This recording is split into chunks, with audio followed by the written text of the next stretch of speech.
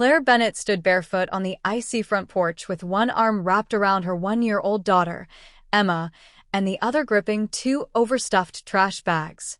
Snowflakes clung to her hair, while freezing wind cut through her thin sweater. Behind the glass front door, her husband, Nathan Bennett, never moved. He simply watched.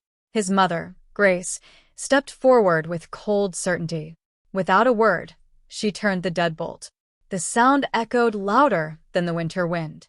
Claire stared at the locked door, unable to believe that 6 years of marriage had ended with a single click.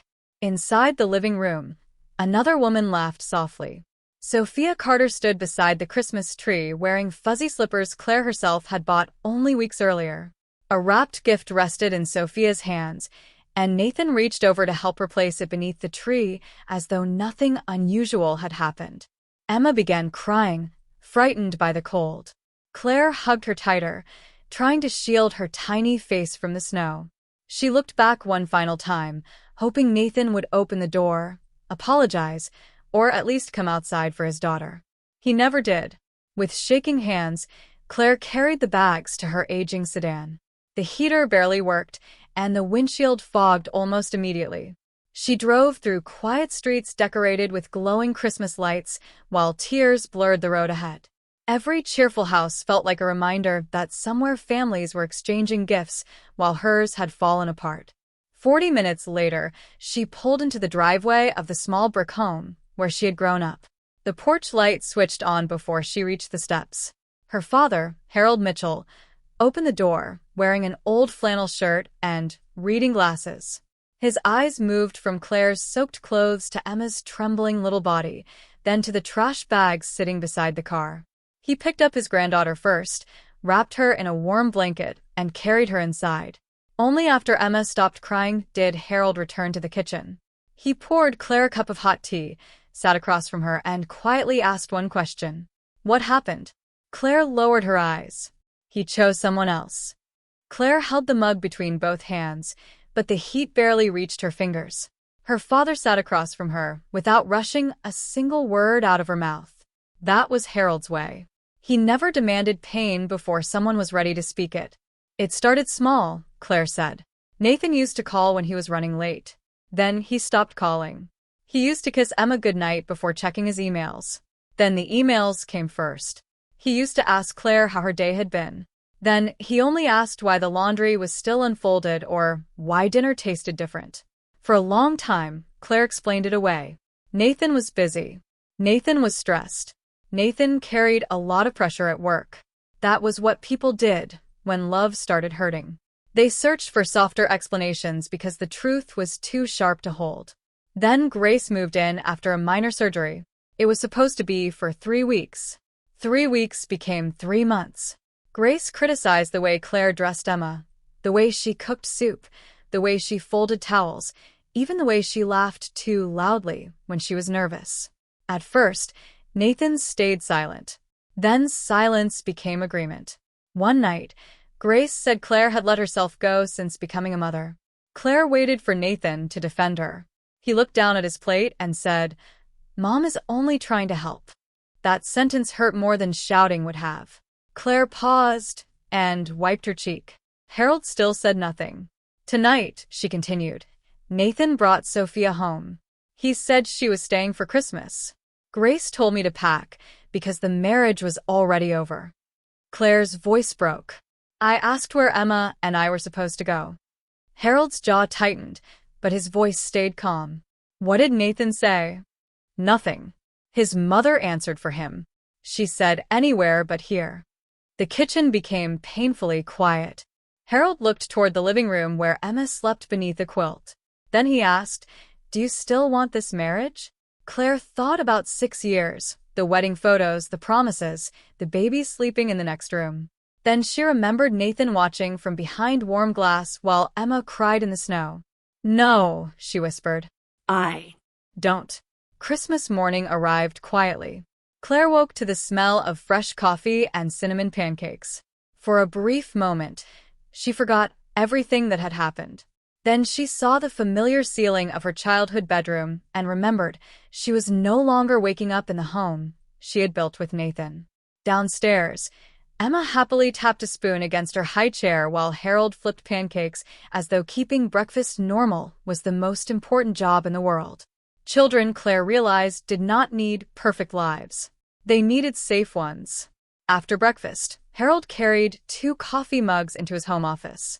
Tall shelves lined the walls, filled with legal books collected over 3 decades of practicing real estate law. In the corner stood an old gray filing cabinet that Claire had seen since she was a teenager but had never paid much attention to. Harold unlocked the bottom drawer. "I've been waiting for the right time to show you this," he said. Claire frowned. He removed a thin folder with a faded label. Property purchase.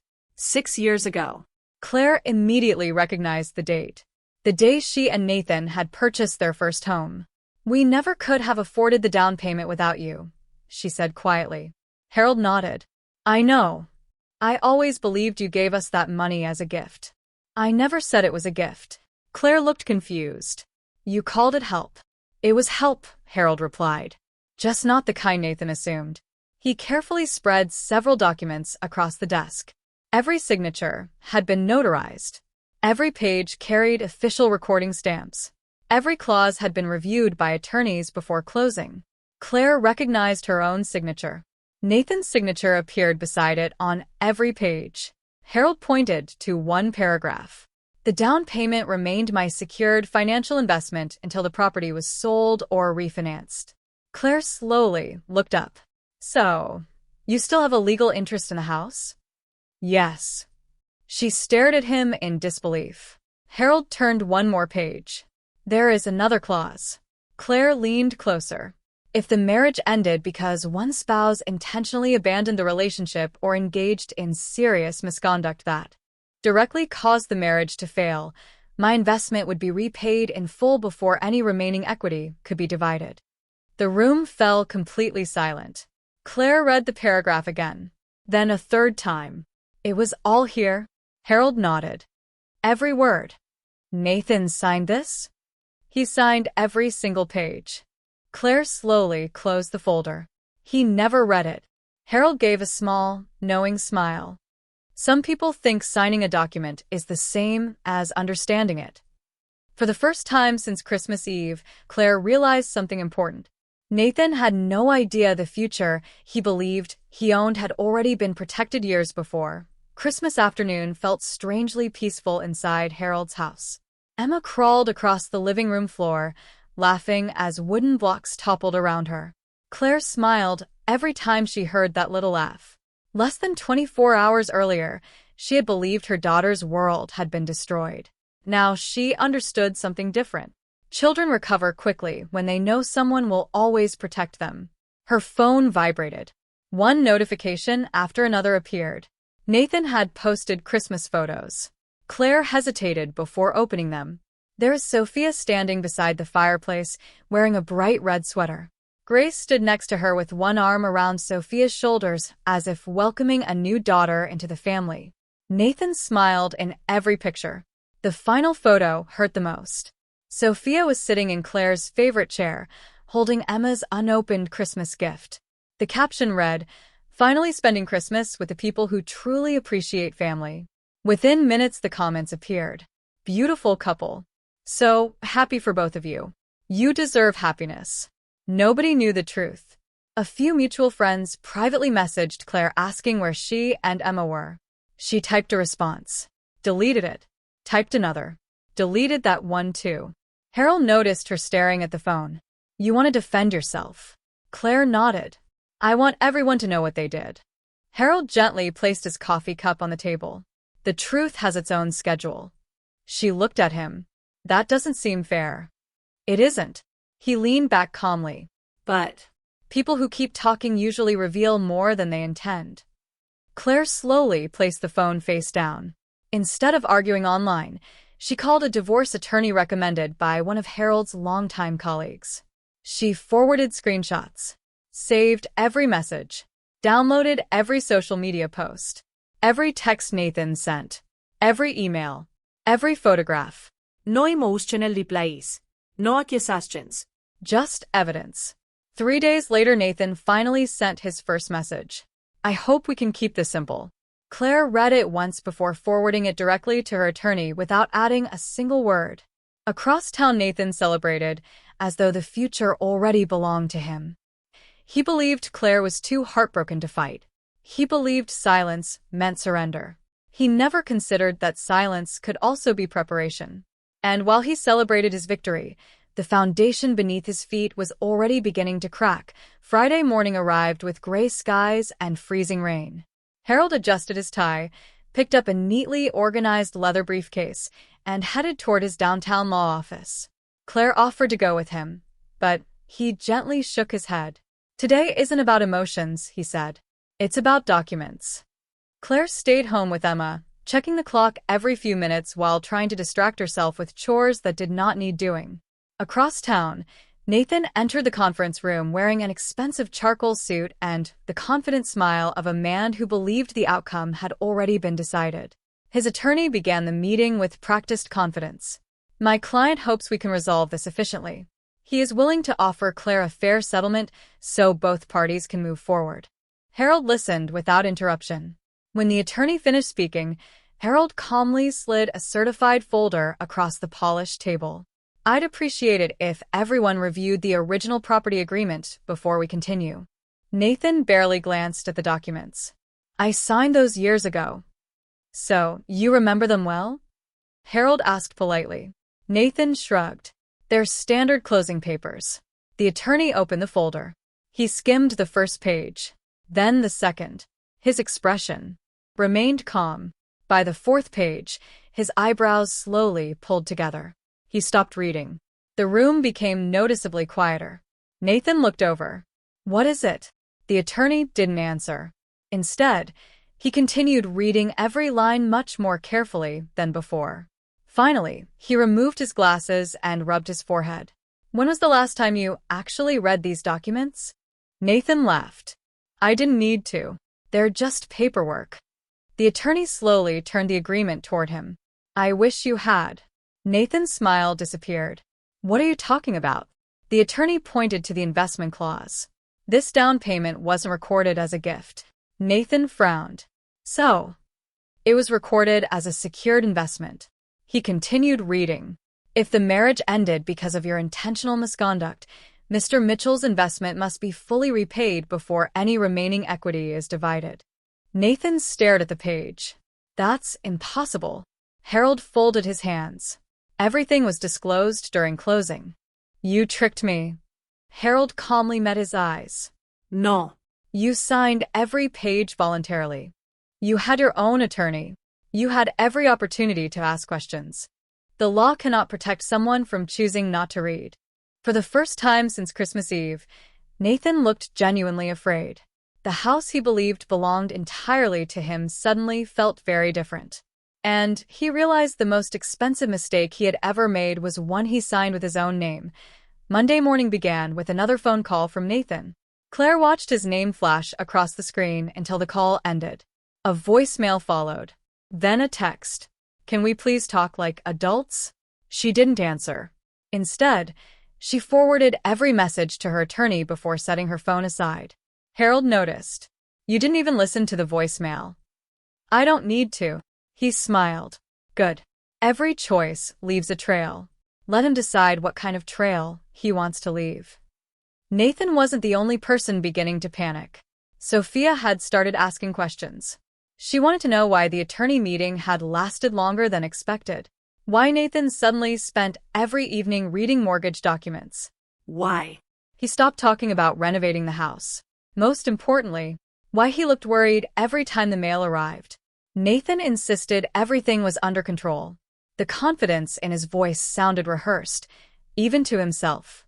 Meanwhile, Claire quietly began rebuilding the life she had forgotten she deserved.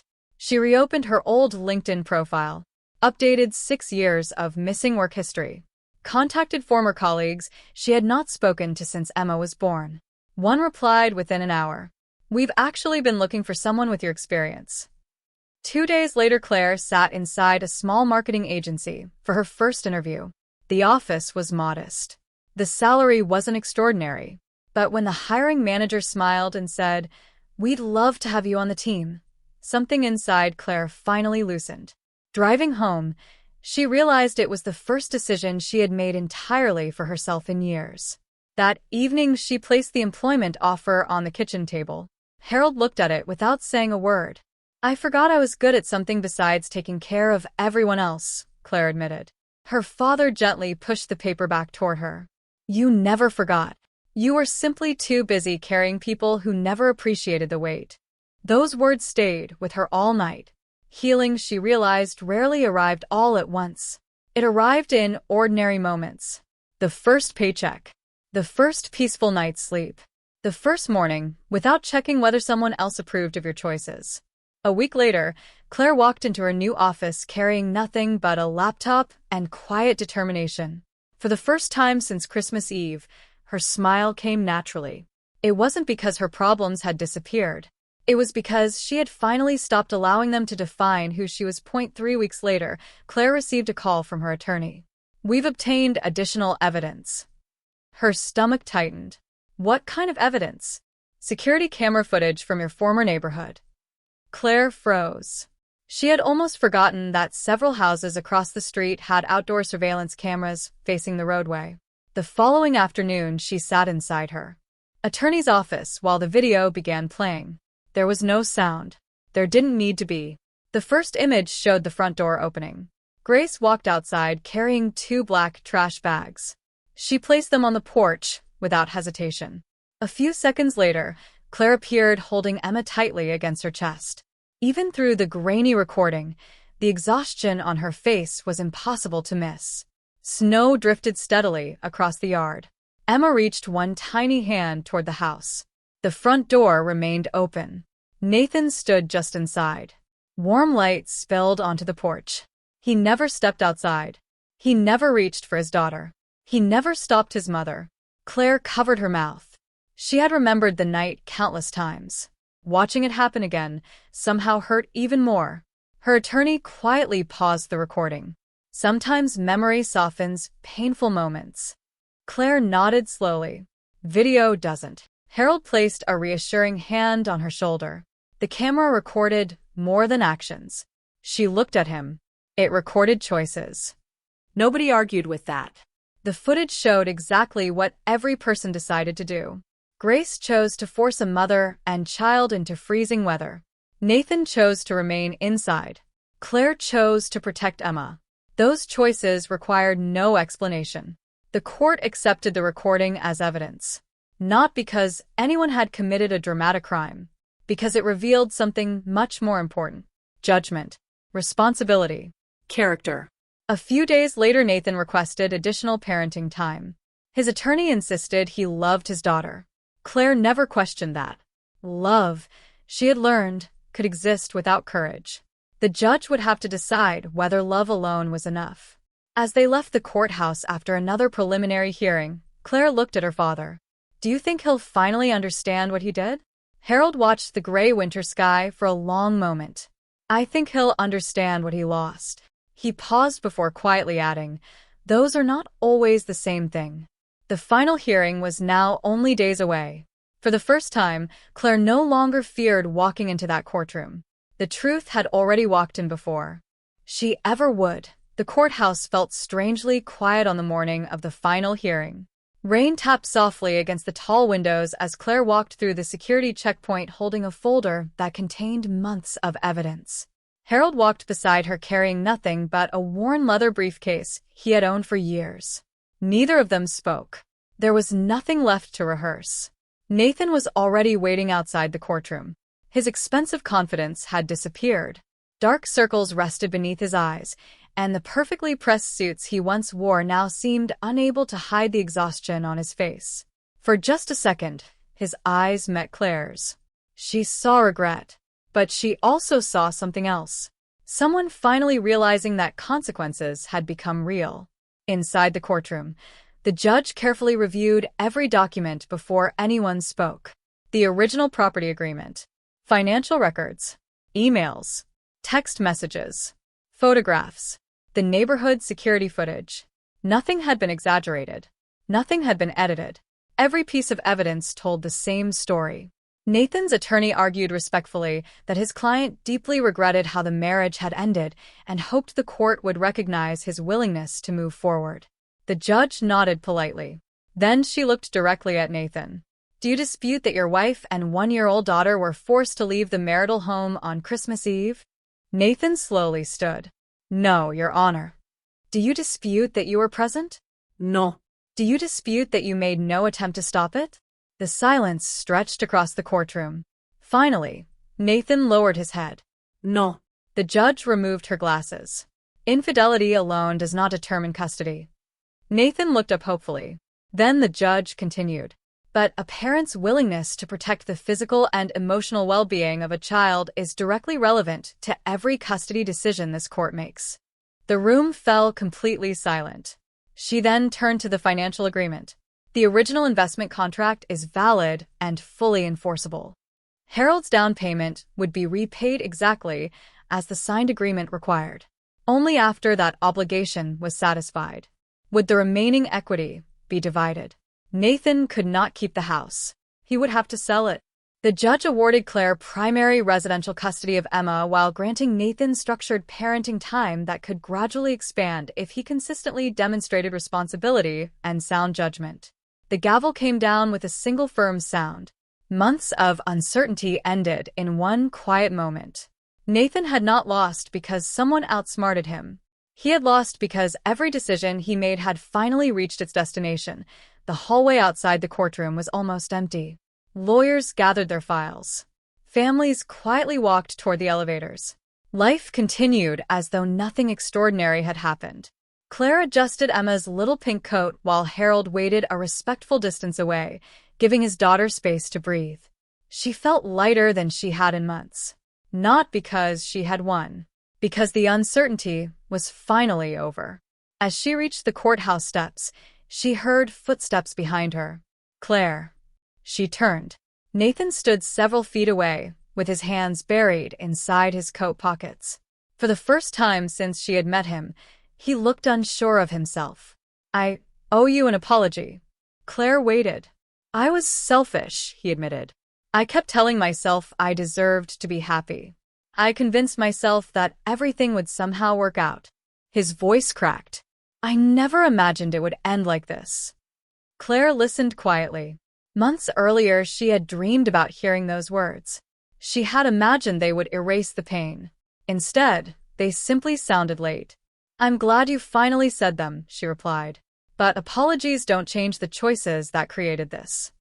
Nathan slowly nodded. I know. His eyes drifted toward Emma. I've lost everything. Before Claire could answer, Harold calmly walked over.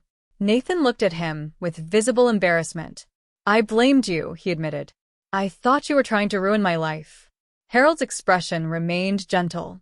No. You managed that without my help. There was no anger in his voice. Only honesty. Nathan lowered his eyes. I should have read those papers. Harold shook his head. The papers weren't your biggest mistake. Nathan looked up. The biggest mistake was believing that owning a house meant you understood what made it a home. Silence settled between them.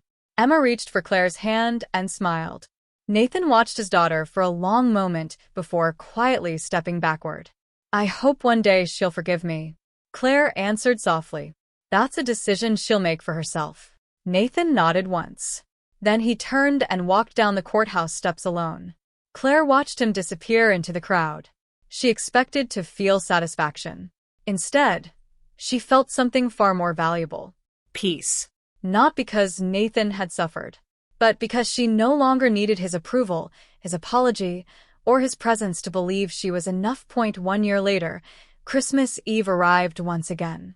Snow covered the backyard in a quiet blanket of white while little Emma ran through it wearing a bright red coat, laughing every time she accidentally stepped into a snowdrift. Harold pretended to struggle as they built the most uneven snowman either of them had ever seen, and Emma laughed so hard she nearly fell into the snow herself. Claire watched from the back porch, wrapped in her late mother's old sweater. It still carried the faint scent of cedar from the closet where Harold had carefully stored it for years. She smiled. Last Christmas, She had stood outside another house wondering where she and her daughter would sleep. This Christmas, she stood exactly where they belonged. Harold brushed the snow from his gloves before walking over beside her. "You've been quiet." Claire nodded. "I was remembering. The night you came home?" She looked out at Emma. "I thought I had lost everything." Harold followed her gaze. "And now?" Claire smiled through tears that no longer carried pain. "Now I realize I only lost the people who stopped valuing us." Emma waved excitedly from the yard. Mom. "Grandpa." Look. The snowman leaned awkwardly to one side before collapsing into a pile of snow. All three of them burst into laughter. Harold gently placed an arm around Claire's shoulders. "You know why everything turned out differently?" Claire looked at him. "Because you prepared those documents?" He Softly shook his head. No. He watched Emma gather another handful of snow. "Because the moment you knocked on my door that night, the first thing I thought about was keeping my granddaughter warm." He paused. "The first thing they thought about was getting the two of you out." Claire finally understood. Real strength was never loud. Real love never demanded proof. And real family never treated kindness as weakness. A house could be sold. Money could be divided. Careers could be rebuilt. But a true home was something no courtroom could ever create or take away. It was the place where people protected each other before protecting possessions. If this story touched your heart, share your thoughts in the comments. Have you ever seen someone mistake kindness for weakness until life revealed the truth? Please like this video, subscribe to the channel, and share this story with someone who believes that integrity, quiet courage, and unconditional love will always outlast pride.